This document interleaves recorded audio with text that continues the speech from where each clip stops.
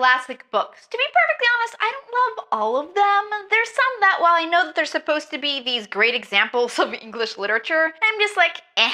But that's not what this video is about. That's a subject for a different time. This video is about the classics I love. Let's start with Jane Austen, and while there are several of her books that could almost certainly make this list, I'm going to stick with my favorite Austen novel, which is Emma. I love Emma partially because she's not your quintessential hero of the time. She is deeply flawed, which is kind of the point. Okay, so synopsis of this book, or at least my badly butchered version of it. Emma is a rich young woman in the early 19th century who is a little spoiled and often thoughtless. She supposes herself to be the ultimate matchmaker and thinks she's fully justified in meddling in the lives around her. That meddling, of course, goes awry and results in much comedy and, sadly, disaster. This is a very funny book. Also, Mr. Knightley is one of my all-time favorite leading men, as the longtime family friend who loves Emma but is very aware of her peccadillos. I don't even know if I said that word right. I've always just wanted to use it. Peccadillos. Plus,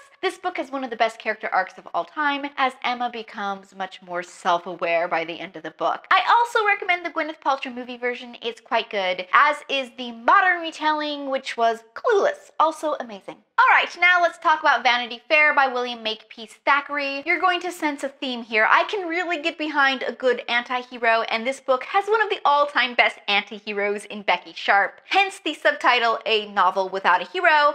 Though I guess there's technically Amelia, but no one likes Amelia. She's kind of insipid. This is really all about Becky. She's the interesting character. She's this poor young girl at the start of the book, but Becky has got smarts and cunning. She makes friends with and stays with Amelia, who is this rich, sweet, but rather simple-minded girl. These are our two main characters. The book is really about Becky trying to better her lot in life, using the tools young women had at their disposal in the 19th century, mostly marriage. And Amelia also has her own domestic complexities, which include the self-obsessed George and the adorably sweet Captain Dobbin. And I am a personal believer in the theory that Dobby, the house elf in Harry Potter, is named after Captain Dobbin because they're basically the same character in a lot of ways. Anyway, this book is over 800 pages, partly because it covers a large swath of their lives, and also partially because Thackeray makes a detour through the entire Battle of Waterloo, which is actually a lot more interesting than it sounds, especially if you pair it with reading Les Miserables, because then you get the English perspective on the battle from Vanity Fair, and the French perspective from Les Mis.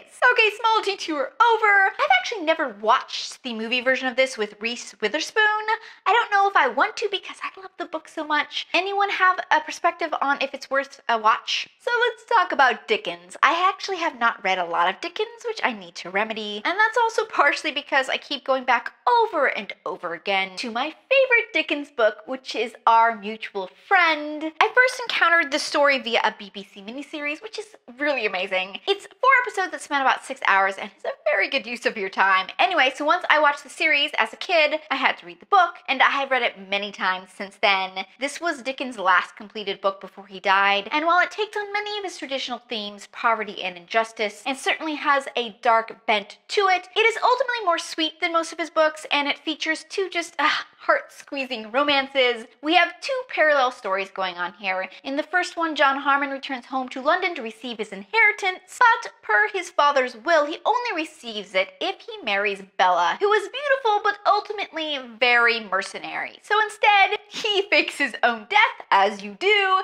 and poses as the penniless secretary to Bella's guardians in order to get to know her better. In the second story, Lizzie is the poorest of the poor, trying to give her younger brother a better life. She's romantically pursued by both her brother's overbearing and really not cool teacher and Eugene Rayburn, who is, as she's acutely aware, socially way out of her reach. The first story is a fun romp and would make an enjoyable book all on its own, but I have to admit I am partial to the bittersweetness of the second story and to Eugene, who, as per my MO, is a pretty morally gray character throughout most of the story. Alright, so in summary, if you want to read a Dickens that isn't quite so tragic but still very Dickensy, try Our Mutual Friend. You cannot go wrong. finally, let's talk about my favorite book of all time. Drum roll, please. And that is Jane Eyre by Charlotte Bronte. No matter how many times I read this book, it's like discovering it new each time. It's just incredible. The story, for one, is the epitome of an epic Gothic romance with all the wonderful melodrama that goes with that. And then the dialogue, oh, just the dialogue is so witty, so well written, and so deeply interesting. And then the feminism in this book, which for the mid-19th century was pretty blatant and out there for the time.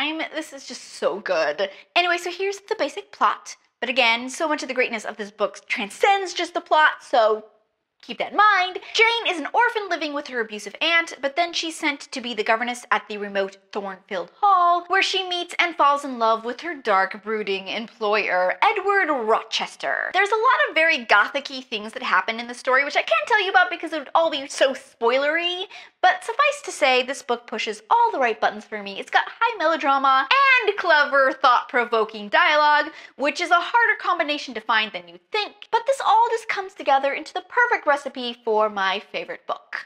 Okay, so have you read any of these? What did you think? What classics am I missing from this list that would be on your list of favorite classics?